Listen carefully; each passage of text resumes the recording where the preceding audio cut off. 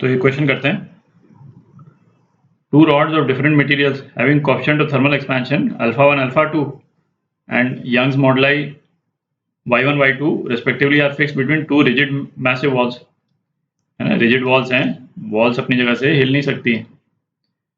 The rods are heated such that they undergo the same increase in temperature, delta T same है. There is no bending of rods. अच्छा, alpha 1 by alpha 2 का ratio दे रखा है, alpha 1 by alpha 2 का ratio दे रखा है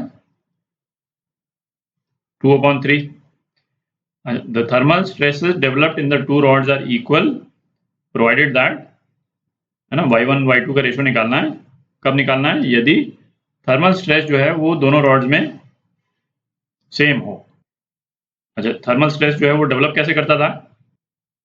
stress जो है वो क्या होता था? Young's modulus into delta L by L, ये होता है स्ट्रेस.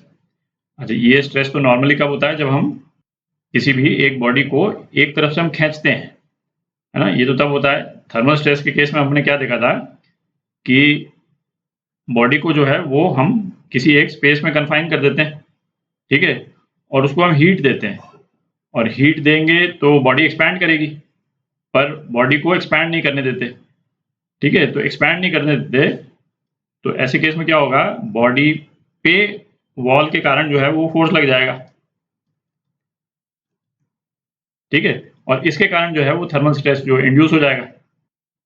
तो थर्मल स्ट्रेस का अपन ने रिलेशन कैसे निकाला था कि किसी भी बॉडी को यदि अपन हीट करते हैं तो उसके डायमेंशन में जो चेंज होता है वो क्या होता है? Delta L is equal to L not original dimension into coefficient of thermal expansion into change in temperature. तो थर्मल स्ट्रेस जो है वो क्या हो जाएगा? मैं इसको स्ट्रेस टी बोल देता हूँ, है ना, सिग्मा टी बोल देता हूँ. थर्मल स्ट्रेस ये हो जाएगा Y delta L by L, है ना. ये एल बेसिकली एल नॉट है, डेल्टा एल बाय एल जो है वो क्या हो गया? Alpha delta T.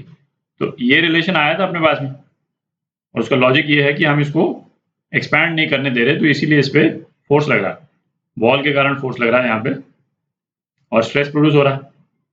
तो अपने को क्या दे रखा है कि दोनों रॉड्स का थर्मल स्ट्रेस सेम है, मतलब सिग्मा T1 जो है वो सिग्मा T2 के बराबर है. इसका मतलब क्या हो गया कि y1 अल्फा 1 डेल्टा टी ये किसके बराबर है? y2 अल्फा 2, और चेंज इन टेम्परेचर सेम है दोनों रॉड्स का, ठीक है, डेल्टा टी लगा दिया. तो इस वाली कंडीशन में y1 y2 का रेशियो क्या होगा? y1 अपॉन y2 ये हो जाएगा अल्फा 2 अपॉन अल्फा 1, और ये कितना हो जाएगा? 3/2 हो जाएगा, ठीक है. तो ये आपका आंसर 3/2, ये आपका आंसर सी पार्ट.